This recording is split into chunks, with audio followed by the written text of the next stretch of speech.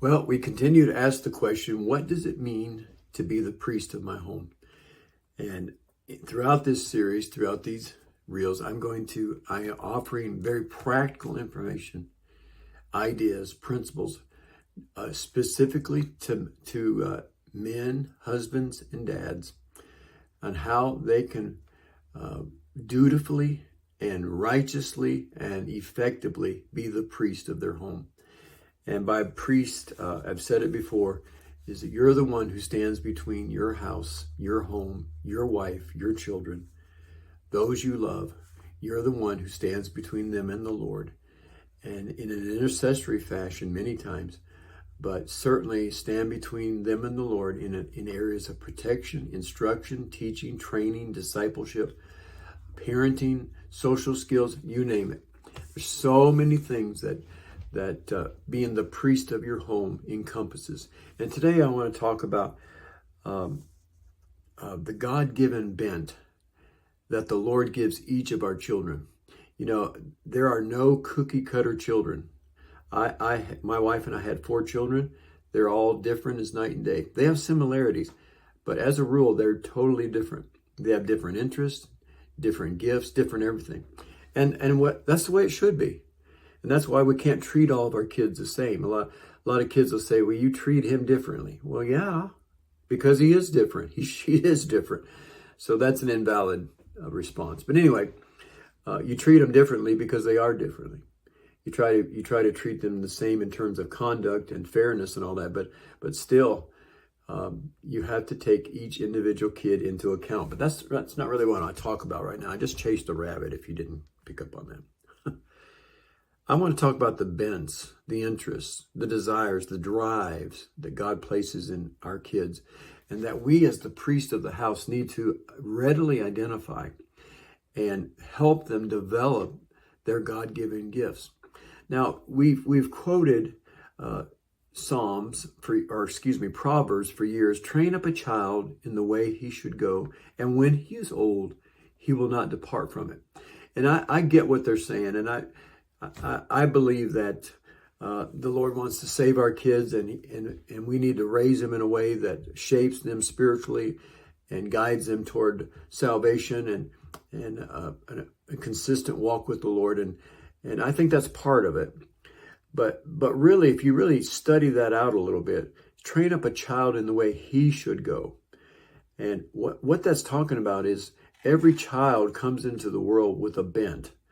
Different loves, different drives, different interests, different everything. I'm the middle of 7. I have 3 brothers, 2 living, and we were different as night and day. And it didn't make one of us wrong and the other's right. It's not a matter of right and wrong. It's a matter of identifying the gifts inside each child and then using your influence, your wisdom, your whatever, to help guide that and to accelerate that, to drive them in a direction that will satisfy that and fulfill them throughout their lives. Now, I told my kids that when they were growing up that you may have from time to time, you may have to do certain things that you don't want to do. We call that life. But the overall desire and principle here is that shape your kids when they're growing up to embrace their interests and the bent that God has placed inside them and guide them toward that. Give them opportunities to express that.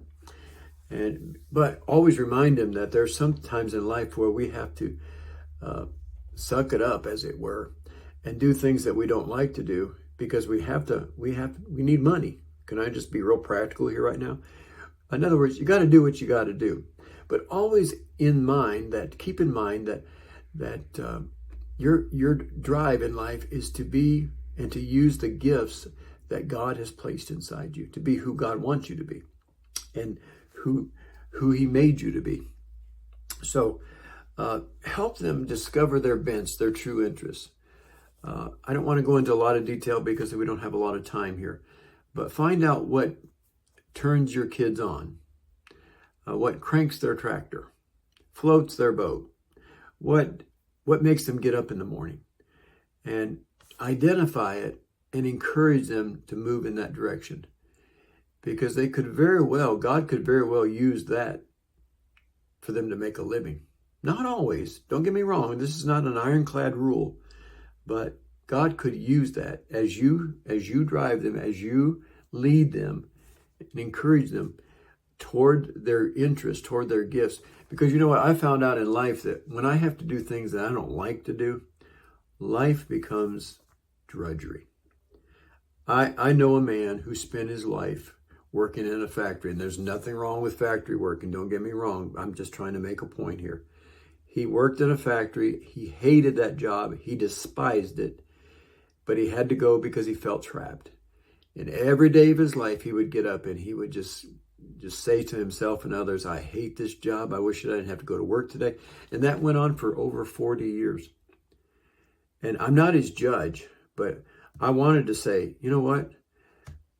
Do something different. Get from A to B. If you hate that job that bad, what do you want to do? What would get you up in the morning with a smile and with joy and peace and a desire to get out there and make it happen? Identify it and take measures to go from A to B. Get there. You know, and I know of a boy that was in a regular high school, and he was miserable. He hated the classroom, and his mother wanted him to be a teacher of all things. Well, you know what? Those two don't coexist. You know what he did? He came to me and he said, Pastor, I don't want to be a teacher. I hate the classroom, but I love to weld. I said, then go to a tech school. Go to a tech school, take up welding, and do what you want to do. There was something about welding that fascinated that kid. And sure enough, he went to tech school and he took up welding, did well. He was the first in his class. And you know what? When he graduated from technical school, he got a good paying job. And to boot, a job that he loved doing. And he said, I can't explain it. I just love when metal comes to metal. He just loved it. And the reasons don't matter. That's something he wanted to do, that he felt a drive to do. And now he goes to work every day and he's making good money. He's married. He has a baby on the way. And you know what? He's just happy as a clam. But he made up his mind that he was not going to spend his life doing what he didn't like or what was not in him to do. And I would say, as priest of your house, find out what makes your kids come alive, what they love to do, where their interests lie. And hone in on that and do everything you can as the priest of your home, you and your wife together, to guide them in the way that they need to go. Train up your child in the way he or she should go. And when they're old, they won't want to leave it. They won't want to depart from it, because it's who they are inside. And it's what's inside us that drives us. Don't ever forget that. And if you hate what you're doing, you're going to be miserable, and you're going to make everybody around you miserable. So life is too short to live like that. So I say, find your bent. Priest in the house, help your kid discover their kids and help them get from A to B. And you'll be thankful for it, and they'll be thankful for it. So as priest of the home, offer that guidance and stand back and pray and watch the Lord do it.